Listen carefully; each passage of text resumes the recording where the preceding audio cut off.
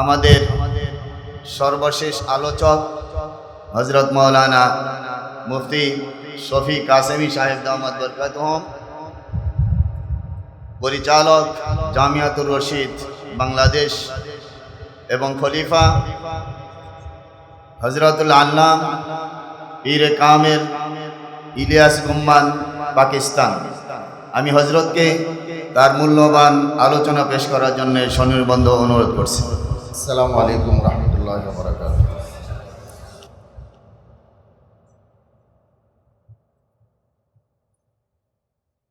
আজকের এই সেমিনার সম্ভবত হিজবুত তাওহীদ সম্পর্কে, এটা আসলে জানা ছিল না আমার। আমি শুধু ফেরাকে বাতিলের এই অনুমানের কথাই জানতাম। তো যাকে বের ভালো হয়েছে, কোনো জিনিস যেখান থেকে উৎপত্তি হয় সেখানেই সেটার নিষ্পত্তি হওয়া দরকার। হিজবুত তাওহীদ আমি কিন্তু বলি নাই না, যে কোনো সময় এই বিষয়ে আমি আলোচনা করি। হযরত যে নামটা বলছেন হিজবুত শয়তানি আমি বলি। পাবলিক বুঝে যায়, পাবলিক বুঝে যায়, কারণ ইত্র আকে খুদ ববুয়াত না আকে আত্মার ববুয়াত। আতর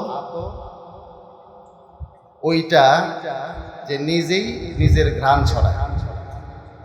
আতর ব্যবসায়ী যদি বলে আমার এটা আতর, ভালো আতর, এটা আসলে প্রকৃত ভালো আতরের চিহ্ন হয় না। এদের চেহারা, এদের কর্মকাণ্ড, এদের বইপত্র সবগুলো যদি আপনি পড়েন, তাহলে তাদের চেহারা দেখে এরা হিজবুল্লাহ মনে হয় না, হিজবুত তাওহীদ মনে হয় না, বরং হিজবুত শয়তানি মনে হয়। বাস্তব না ভাই? এখন এখানে আসার আগে আসলে মৌলানা চলে গেছেন, মৌলানা রিজওয়ান রফিকি সাহেব। হিজবুত তাওহীদের বিষয়ে উনি ইমামুজ্জামান, হিজবুত তাওহীদের বিষয়ে উনি ইমামুজ্জামান। এই বিষয়ে ওনার গবেষণা, লেখালেখি এবং যেভাবে উনি তাদের দ্বারা মজলুম হয়েছেন, নির্যাতিত হয়েছেন, নিপীড়িত হয়েছেন এবং এখনও তাদের দ্বারা নানাভাবে ওনাকে হয়রানি করা হচ্ছে, তো এই বিষয়ে উনি যতটুকু মেহনত করেছেন, তো সেই মেহনতের নির্যাস ওনার বইগুলোতে আছে, আপনারা দেখবেন। তো এখানে আমাদের কিছু করণীয় আছে, ওলামায়ে কেরামের জন্য, সাধারণ মানুষদের জন্য, তালেব ইলমদের জন্য। এই বিষয়ে দু একটি কথা বলে আসলে আব্দুল্লাহ আল ফারুক ভাই দামাত বরকাতুহুল আলিয়ার সাথে আবার কথা হয়েছিল যে অন্য একটা বিষয়ে কিছু কথা বলার, এবং সেই উপলক্ষে আমি কিছু কিতাবও নিয়ে এসেছি। তো এটা ইনশাআল্লাহ বলবো। আমাকে সময় 15 মিনিট বলা হয়েছে, 1:15টার দিকে ছাড়ার কথা। এখন না, 1:15 তো হ্যাঁ, 1:05 ছেড়ে দেবো ইনশাআল্লাহ। 15 মিনিট যেহেতু হুজুর বলছেন 50 বাদ।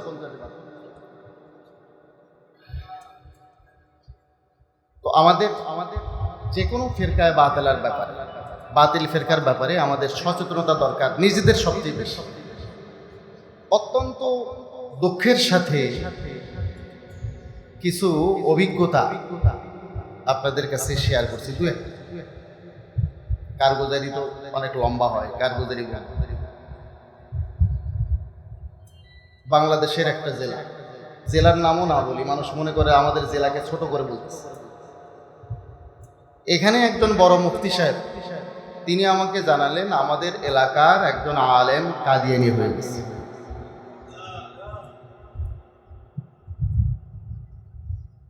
বিভিন্ন এলাকাতে কিছু আলেম ওলামা তারা বাতিল ফেরকার খপ্পরে পড়ে যাচ্ছে।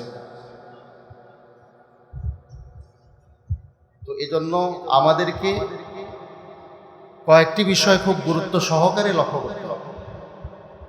1 নম্বর হলো, যে কোনো বাতিল ফিরকার ব্যাপারে আমাদের পর্যাপ্ত পড়াশোনা দরকার আছে, বিশেষ করে ওলামায়ে কেরাম তালেব ইলমদের। একটা বাতিল ফেরকা। সেই বাতিল ফেরকাকে আমরা বলি বাতিল বাতিল বাতিল বাতিল, গালিগালাজ করি, কিন্তু তাদের ব্যাপারে আমাদের পর্যাপ্ত ধারণা কয়েকটি বিষয় না থাকার কারণে দেখা যায় কখনো যদি তাদের খপ্পরে পড়ে হয় লাজবাব হয়ে যায়, অথবা দেখা যাচ্ছে তাদের কথা সেও বলতে থাকে। এক নম্বরে, যে কোনো বাতিল ফিরকার ব্যাপারে তাদের উৎপত্তি কিভাবে, তাদের তাসিস সম্পর্কে আমাদের পর্যাপ্ত পড়াশোনা ধারণা থাকতে হবে। দ্বিতীয়, তাদের তাতাব্বুর, তাদের যে ক্রমবর্ধমান অবস্থা, এটা সম্পর্কে আমাদের ধারণা থাকতে হবে। আগে এক সময় বাতিলের রূপরেখা একরকম ছিল, এখন তারা তাদের গতিপথ পরিবর্তন করছে। আমি উদাহরণস্বরূপ বেদাতের কথাই বলি। বেদাতের কিছু নির্দিষ্ট বেদাতের যে দালায়েলগুলো আমরা আগে পড়ছি, এখন তারা এটাকে ডিজিটালাইজড করে এমন কিছু দালায়েল নিয়ে আসতেছে, আপনি যদি ময়দান সম্পর্কে ধারণা না রাখেন, তাদের এই লেখাগুলো যদি না পড়েন, তো ওই পুরাতন দালায়েল নিয়ে বসে থেকে এখন সেটার মোকাবেলা করা সম্ভব। যে কোনো ফেরকার বর্তমান পরিস্থিতি সম্পর্কে আমাদের ধারণা থাকতে হবে। তৃতীয়, তাদের আকায়েদ সম্পর্কে আমাদের জানতে হবে সরাসরি তাদের কিতাব থেকে। অনেক ক্ষেত্রে হয় কি, আমরা কোনো একটা বই তাদের বিরুদ্ধে লেখা হয়েছে সেখান থেকে পড়ি, পড়ে তাদের আকায়েদ বয়ান করি। দেখা যাচ্ছে এখানে যিনি লিখেছেন তার হাওয়ালার মধ্যে, কোনো উদ্ধৃতির মধ্যে, নকলের মধ্যে কোনো ভুল হতে পারে। এই ভুলটা সাফার হয়, এই ভুলটা যে কোনোভাবে আসতে পারে। তো আমি যদি তাদের মূল কিতাব না দেখি এবং কোথাও গিয়ে এটা বলতে থাকি, অনেক সময় ভুল হয়ে যাওয়ার সম্ভাবনা আছে।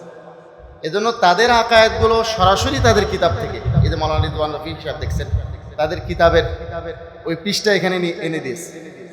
এবং আমি যে কোনো ফিরকায়ে বাতিলা সম্পর্কে আলোচনা করি, তাদের কিতাব সাথে রাখি এবং পড়ে শোনাই। এই দেখেন তাদের কিতাবের মধ্যে এই লেখা আছে। সরাসরি তাদের কিতাব থেকে তাদের আকায়েতগুলো জানতে হবে। চতুর্থ হচ্ছে, তাদের বিরুদ্ধে যে সমস্ত কিতাবগুলো লেখা হয়েছে, এগুলো আমাদের পক্ষ থেকে, আহলে হকের পক্ষ থেকে লেখা আছে, পর্যাপ্ত কিতাব লেখা আছে যে কোনো বাতিল ফিরকার ব্যাপারে। এগুলো ভালো করে পড়ে আয়ত্ত করতে হবে এবং কাইফিয়তে রদ, তাদের যে আমরা রদ করবো সেটার পদ্ধতি কি হবে সেটা সেখান থেকে জব্দ করতে হবে। এবং এই ফিরকা সম্পর্কে আবরাজুস শাখসিয়াত, তাদের মধ্যে গ্রহণযোগ্য ব্যক্তি কারা আছে এটা সম্পর্কেও জানতে হবে। হয় কি, অনেক সময় আমরা বাতিলের এমন একজন লোকের কথার প্রতিবাদ করি, লেখার প্রতিবাদ করি, যে হয়তো তাদের মধ্যে ওরকম কোনো অগ্রগণ্য ব্যক্তি না, গ্রহণযোগ্য ব্যক্তি না। তখন তারা বলে, আপনি এমন একজনের কিতাব থেকে উদ্ধৃতি দিলেন, তাকে তো আমরা গুনিই না। এজন্য তাদের গ্রহণযোগ্য ব্যক্তি কারা, তাদের মধ্যে বড় ব্যক্তি কারা, কাদের কথাকে তারা হুজ্জত মনে করে, দলিল মনে করে, যে কোনো বাতিল ফিরকার ব্যাপারে এটাও আমাদের একটা ধারণা থাকা দরকার। যাই হোক, আমি এই বিষয়ে লম্বা না বলি। তো বাতিল ফিরকার ব্যাপারে আমাদের সবার পড়ালেখা দরকার আছে। সর্বপ্রথম আমাকেই আমি খেতাব করে বলছি, আমাদের পর্যাপ্ত ধারণার দরকার আছে ওলামায়ে কেরাম এবং তালেব ইলমদের জন্য। সবসময় আমরা মুরব্বীদের দিক নির্দেশনা অনুযায়ী চল। আমাদের মধ্যে তরুণ প্রজন্মের কিছু ওলামায়ে কেরাম দেখা যায় অনেক সময় বাতিলের বিরুদ্ধে সোচ্চার হয়, কিন্তু পরবর্তীতে বাতিলেরই আবার তারা দায়ী হয়ে যায়। এটা মুরব্বী না মানার কারণে। মুরব্বিয়ানে কেরামের সঙ্গে থাকতে হবে, আকাবেরদের সঙ্গে থাকতে হবে। আকাবেররা আমাদের জন্য গনিমত, এটা মনে করতে হবে। আমাদের জন্য আকাবের, আওয়ামের জন্য ওলামায়ে কেরাম। আওয়াম যদি ওলামায়ে কেরামের সাথ ছেড়ে দেয়, ওলামায়ে কেরাম যদি মুরব্বীদেরকে ছেড়ে দেয়, তাহলে শয়তানের খপ্পরে পড়তে দেরি হবে। আমি অনুরোধ করব, যেহেতু এখানে আমি যতটুকু মনে করতেছি ওলামায়ে কেরাম এবং তালেব ইলমের সংখ্যা বেশি, তো একটা নিসাব বাতিল ফিরকার বিরুদ্ধে পড়ালেখার জন্য ওলামায়ে কেরামের জন্য একটা নিসাব করে দেওয়া, তালেব ইলমদের জন্য একটা নিসাব করা, আওয়ামের জন্য একটা নিসাব করা, তাহলে ইনশাআল্লাহ আমরা এই বাতিল ফিরকাগুলোর বিরুদ্ধে অন্ততপক্ষে আমাদের ধারণাটা মজবুত থাকবে এবং আমরা বাতিলের মোকাবেলায় কোনো সময় দুর্বল হব না, ঠকবো না, ঠেকবো না ইনশাআল্লাহ। আমি মূলত কাদিয়ানিয়ত সম্পর্কে আলোচনা করার জন্য কিছু কিতাব নিয়ে এসেছি। একেবারে সরাসরি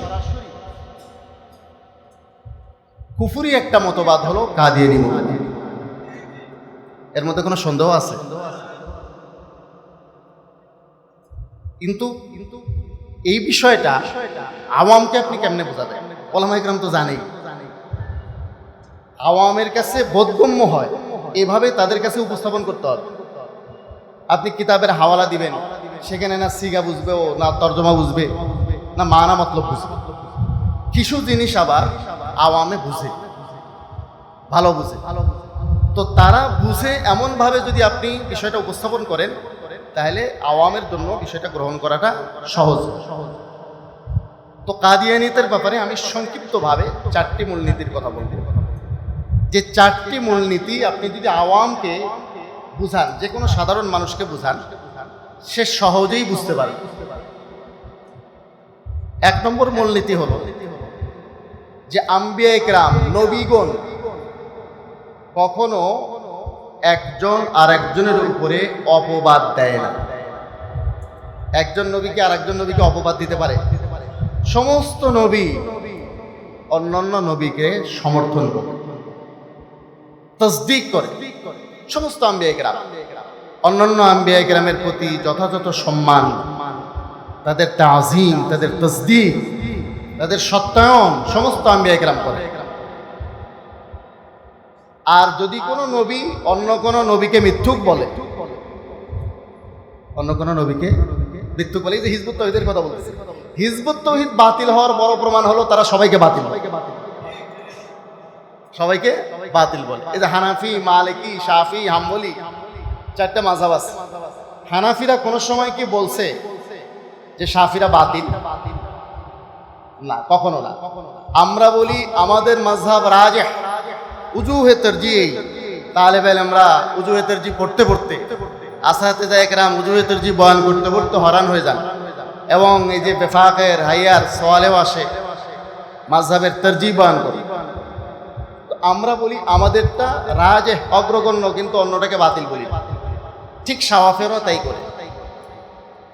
তো আহলে হক যারা, তারা একজন আরেকজনকে বাতিল বলে না, আর এরা বলে সবাই বাতিল। এটা প্রকৃত ইসলাম না। তো যাই হোক, আমি বলতেছিলাম যে আম্বিয়ায়ে কেরাম হক নবী যদি হন, সত্য নবী যদি হন, তিনি আর একজন নবী কি করতে পারেন না? অপবাদ দিতে পারেন না, তাকে মিথ্যুক বলতে পারেন না। আপনি যদি এই বিষয়টা গোলাম আহমদ কাদিয়ানির ক্ষেত্রে দেখেন, গোলাম আহমদ কাদিয়ানি, তার লেখা বইগুলো ছাপা হয়েছে রুহানি খাজায়েন নামে। এই রুহানি খাজায়েনটা গোলাম আহমদ কাদিয়ানির নিজের লেখা বইয়ের সমগ্র। রুহানি খাজায়েন, কাদিয়ানি নিজে নবী দাবি করছে, তারপরে আপনি ধরেন মাহদি দাবি করছে, মাসিহ দাবি করছে, যতগুলো দাবি আছে সবগুলো টাকার কারণে। কিসের কারণে কাদিয়ানি হয়? টাকার কারণে। বইগুলো ছাপে টাকার কারণে। আমরা টাকা দিয়েই তাদের থেকে ক্রয় করছি। তাদের ছাপানো অরিজিনাল বই পুরো সেট আছে আমার কাছে, অবশ্য সবগুলো আজকে আনা হয়নি, পুরো সেটই আমার কাছে আছে। এই রুহানি খাজায়েনগুলোর মধ্যে আপনি যদি 18 নম্বর খণ্ড দেখেন, 18 নম্বর খণ্ড পৃষ্ঠা নম্বর 220, আর 11 নম্বর খণ্ড 291, হযরত ঈসা আলা নবীনা আলাইহিস সালাতু ওয়াত তাসলিমের উপরে যে মারাত্মক অপবাদ কাদিয়ানি দিয়েছে, আপনি চমকে যাবেন।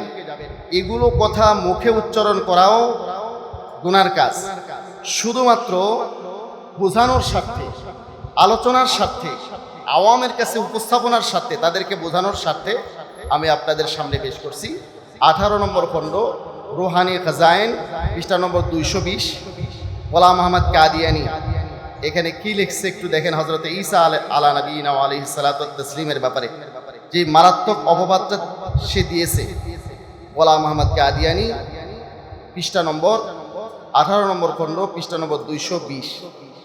আমি বলতেছিলাম যে আসলে আওয়ামের সামনে আমরা খতমে নবুয়তের এই বিষয়টা কিভাবে উপস্থাপন করব।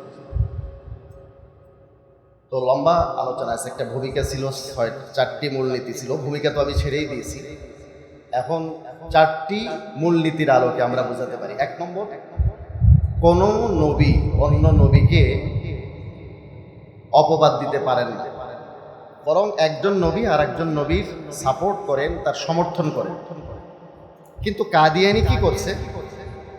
কাদিয়ানি সে হযরত ঈসা আলাইহিস সালামের উপরে এরকম অপবাদ দিচ্ছে যে ইয়াহিয়া নবী को उस पर एक फजीलत है क्योंकि वो शराब नहीं पीता था।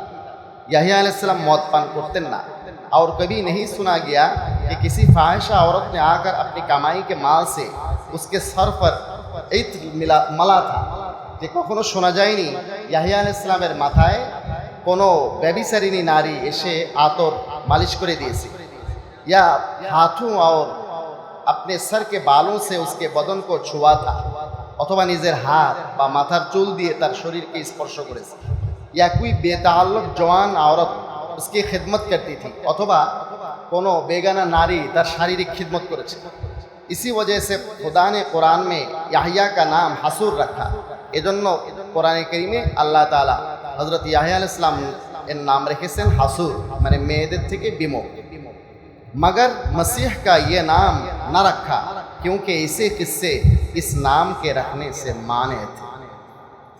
विशेष করে শেষের জুমলাটা একটু ভালো করে লক্ষ্য করি, क्योंकि ऐसे किस्से इस नाम के रखने से माने थे। হযরত ঈসা আলাইহিস সালাম এর ব্যাপারে বলছে এটার ব্যতিক্রম, তার নাম হাসুর রাখা হয়নি। কেন? যেহেতু এই ধরনের ঘটনা এই নাম রাখার থেকে মানে আর প্রতিবন্ধক ছিল। আচ্ছা, আর কোন নবীর নামও কি হাসুর রাখা হয়েছে? কোরআনে কি নবী মুহাম্মদ রাসূলুল্লাহকেও হাসুর বলা হয়েছে?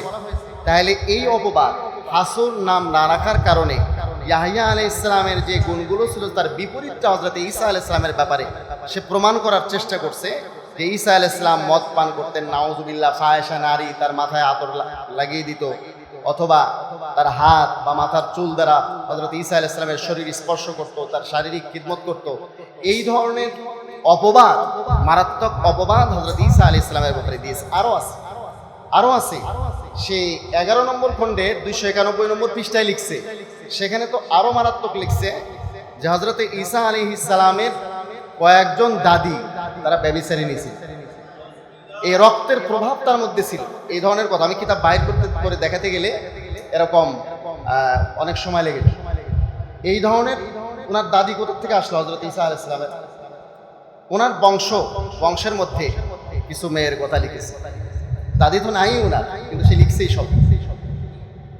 এই ধরনের মারাত্মক অপবাদ যদি ঈসা আলাইহিস সালামের ক্ষেত্রে দেয়, কোন নবীর ক্ষেত্রে দেয়, আর এই হাসুরের ব্যাপারে সে যা বলেছে স্বয়ং নবী মুহাম্মদ রাসূলুল্লাহর ব্যাপারেও কথাগুলো এসে যায়, এই অপবাদ এসে যায় যে হাসুর নাম না রাখলেই তার মধ্যে এই সমস্ত দোষ ছিল।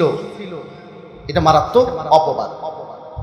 দ্বিতীয় কথা হচ্ছে, এইটা সাধারণ মানুষ বুঝবে যে অপবাদ কোনো নবী দিতে পারে না। সে যখন অপবাদ আরোপ করছে নবীর উপরে, তাহলে নিশ্চয়ই সে নবী না। দ্বিতীয় কথা হচ্ছে, কোনো নবী মিথ্যা বলতে পারেন না। স্পষ্ট দিনকে রাত, রাতকে দিন, এরকম মিথ্যা কোনো নবী বলতে পারেন না। কোনো নবী মিথ্যা কথা বলেন না। কিন্তু হযরতে আম্বিয়া কিরাম কেউ না, কোনো নবী না। কিন্তু আপনি যদি মির্জা গোলাম আহমদ কাদিয়ানির ব্যাপারে দেখেন, আমি খুবই সংক্ষেপে ছেড়ে দেবো যেহেতু নামাজের সময় হয়ে গেছে। আমার হাতে কিতাব দেখতেছেন রুহানি খাজাইন, কাদিয়ানি নিজের লেখা বই। এর আপনি 23 নম্বর খণ্ডের 299 নম্বর পৃষ্ঠায় যান। এখানে লিখতেছে, তারিখ দা লোক জানতে হ্যাঁ, ইতিহাসবিদেরা এই কথা ভালো করে জানে যে आपके घर में 11 लड़के पैदा हुए थे, যে রাসূলুল্লাহ সাল্লাল্লাহু আলাইহি ওয়াসাল্লামের ঘরে 11 জন ছেলে জন্ম নিয়েছিলেন। আর সবকে সব ফৌত হয়ে গেছে, আর সবাই রাসূলুল্লাহ সাল্লাল্লাহু আলাইহি ওয়াসাল্লামের জীবদ্দশায় ইন্তেকাল করেন। রাসূলুল্লাহ সাল্লাল্লাহু আলাইহি ওয়াসাল্লামের কি 11 জন ছেলে ছিল? এই ধরনের ডাহা মিথ্যা কথা লিখছে। যে এই ধরনের ডাহা মিথ্যা কথা লেখে সে নবী না ভণ্ড, সত্যবাদী না মিথ্যাবাদী, হক না বাতিল, পাবলিককে সহজেই বোঝানো সম্ভব। আপনি যদি এই খণ্ডেরই 23 নম্বর খণ্ডে রুহানি খাজাইন 465 নম্বর পৃষ্ঠায় যান, লিখতেছে तारीख को देखो। अरे भाई इतिहास देखो कि आ हजरत सल्लल्लाहु अलैहि वसल्लम वही एक यतीम लड़का था। रसूलुल्लाह सल्लल्लाहु अलैहि वसल्लम वही একজন यतीम ছেলে ছিলেন, जिसका बाप पैदाइश से चंद दिन बाद ही फौत हो गया, যার পিতা তার জন্মের কিছুদিন পরেই ইন্তেকাল করেন। রসুল্লাহ সাল্লাল্লাহু আলাইহি ওয়াসাল্লামের পিতা রসুল্লাহ সাল্লাল্লাহু আলাইহি ওয়াসাল্লামের জন্মের আগে ইন্তেকাল করছেন না পরে? সে লিখতেছে আগে ইন্তেকাল করছেন। এই ধরনের স্পষ্ট, জি পরে ইন্তেকাল করছেন, রসুল্লাহ সাল্লাল্লাহু আলাইহি ওয়াসাল্লামের জন্মের কিছুদিন পরে ইন্তেকাল করছেন। স্পষ্ট করে লিখছে 465 নম্বর পৃষ্ঠায়, চাঁদ দিন বাদ হি ফৌত হো গয়া। রসুল্লাহ সাল্লাল্লাহু আলাইহি ওয়াসাল্লামের ইন্তেকালের কিছুদিন পরে, রসুল্লাহ সাল্লামের জন্মের কিছুদিন পরে রসুল্লাহ সাল্লামের পিতার ইন্তেকাল হয়ে যায়। এই ধরনের ডাহা মিথ্যা কথা লিখছে গোলাম আহমদ কাদিয়ানী।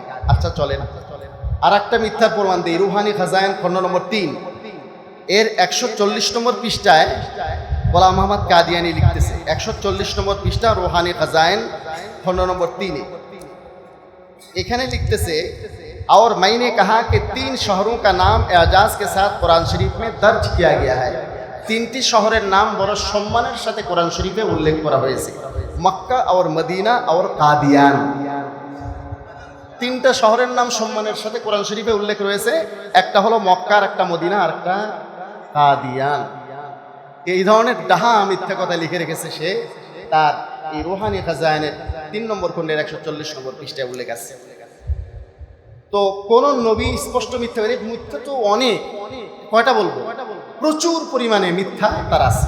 তৃতীয় বিষয় হচ্ছে আম্বিয়া একরামের ভবিষ্যৎবাণী সত্য হয়, কিন্তু গোলাম আহমদ কাদিয়ানী যে ভবিষ্যৎবাণীগুলো করছে এগুলো সবগুলো তার জীবদ্দশায়, মারা যাওয়ার পরে হইলেও চলতো, তার জীবদ্দশায় আল্লাহ তাআলা তাকে মিথ্যাবাদী প্রমাণ করে দেখিয়েছে। একটা দুইটা না, অনেক। এটা আমি কিতাব থেকে দেখাতে গেলে সময় লাগবে, বিশেষ করে দিচ্ছি। চতুর্থ হচ্ছে কোন নবী কুফুরি শক্তির দাসত্ব অথবা তার তলপি বাহী হয় নাই, কখনো না। তার কোনো কুফুরি শক্তির সাপোর্ট করা, তার সমর্থন করা, এটা কখনো করে নাই। কিন্তু গোলাম আহমদ কাদিয়ানী ইংরেজদের এই পরিমাণ গোলামি করছে। আমি 2-1টা পৃষ্ঠা আপনাদেরকে পড়ে যদি শোনাই, লিখতেছে যে আল্লাহ পাক রব্বুল আলামিনের পক্ষ থেকে ইংরেজ গভর্নমেন্ট, এটা আমাদের জন্য আল্লাহ তাআলার রহমত। আর কেউ কেউ জিজ্ঞাসা করে, সে লিখতেছে, কেউ জিজ্ঞাসা করে যে এদের বিরুদ্ধে জিহাদ করা যাবে কিনা, ইংরেজ সরকারের বিরুদ্ধে জিহাদ করা যাবে কিনা। সে লিখতেছে যাদের আনুগত্য ফরজ ওয়াজিব তাদের বিরুদ্ধে আবার জিহাদ। এই ধরনের কথাও লিখেছে গোলাম আহমদ কাদিয়ানী তার রুহানি খাজাইনের 6 নম্বর খণ্ড, রুহানি খাজাইন খণ্ড নম্বর 6 পৃষ্ঠা নম্বর 380। সর্বশেষ একটা হাওয়ালা দিয়ে আমি শেষ করছি। আমরা যত সরকার দেখছি সব সরকারি কাদিয়ানীদের ক্ষেত্রে দেখি নমনীয়। এরা যে স্পষ্ট কাফের, এর মধ্যে কোনো সন্দেহ নাই, কিন্তু তাদেরকে রাষ্ট্রীয়ভাবে অমুসলিম ঘোষণা করা কতটা দরকার দেখেন। আত্মীয়তার কারণে তাদের বইপত্র পড়ে এবং তাদের ওয়েবসাইটে, ইউটিউবে, বিভিন্ন জায়গায় তাদের ভিডিও বক্তব্যগুলো দেখে সাধারণ অনেক মুসলমান ঈমান হারা হচ্ছে না ভাই? কাজেই তাদেরকে রাষ্ট্রীয়ভাবে চিহ্নিত করে দেওয়া, যারা আসলে কাদিয়ানী ধর্মের অনুসারী, এরা মুসলমান না, এটা অত্যন্ত জরুরি। কিন্তু সরকারিভাবে আজও এটা করা হচ্ছে না। এটা আমাদের প্রাণের দাবি, অন্তরের দাবি, ঈমানের দাবি, তাদেরকে রাষ্ট্রীয়ভাবে অমুসলিম ঘোষণা করা। আমি একটু একটা হাওয়ালা আপনাদেরকে দিই। এটা হচ্ছে রুহানি খাজাইন 5 নম্বর খণ্ডের 547 নম্বর পৃষ্ঠা। এখানে গোলাম আহমদ কাদিয়ানী লিখতেছে, এতক্ষণ ছিল উর্দু ভার্সন, এখন আরবি। তিলকা কুতুবুন, কাদিয়ানী তার এই কিতাবগুলো সম্পর্কে, নিজের লেখাগুলো সম্পর্কে মূল্যায়ন করতেছে। এগুলো এমন কিছু কিতাব, ইয়ানজুর ইলাইহা কুল্লু মুসলিমিন বিআইনিল মাহাব্বাতি ওয়াল মাওয়াদ্দাতি, যে প্রত্যেকটা মুসলমান এগুলো ভালোবাসার দৃষ্টিতে দেখবে, মহাব্বতের দৃষ্টিতে দেখবে। ওয়ায়ানতাফিউ মিন মাআরিফিহা, এর মধ্যে যে ইলম আছে তার দ্বারা উপকৃত হবে। ওয়াকবালুনি, আমাকে গ্রহণ করবে।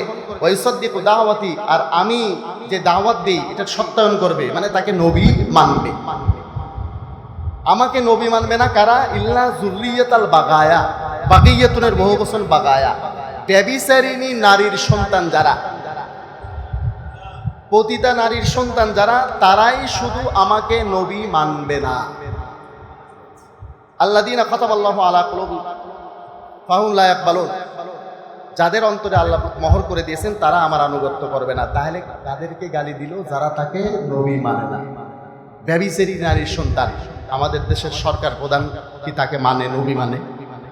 বিরোধী দলের এরা মানে, বিচারপতিরা মানে, তারপরে যত রকম বাহিনী আছে তারা কেউ মানে না। তাহলে এই গালিটা তাদের গায়েও লাগে নাকি লাগে না? যদি ঈমান থাকে, প্রত্যেকটা মুসলমানের ঈমানের দাবি হওয়া উচিত কাদিয়ানীদেরকে রাষ্ট্রীয়ভাবে অবস্থিত ঘোষণা। আসসালামু আলাইকুম রহমতুল্লাহ।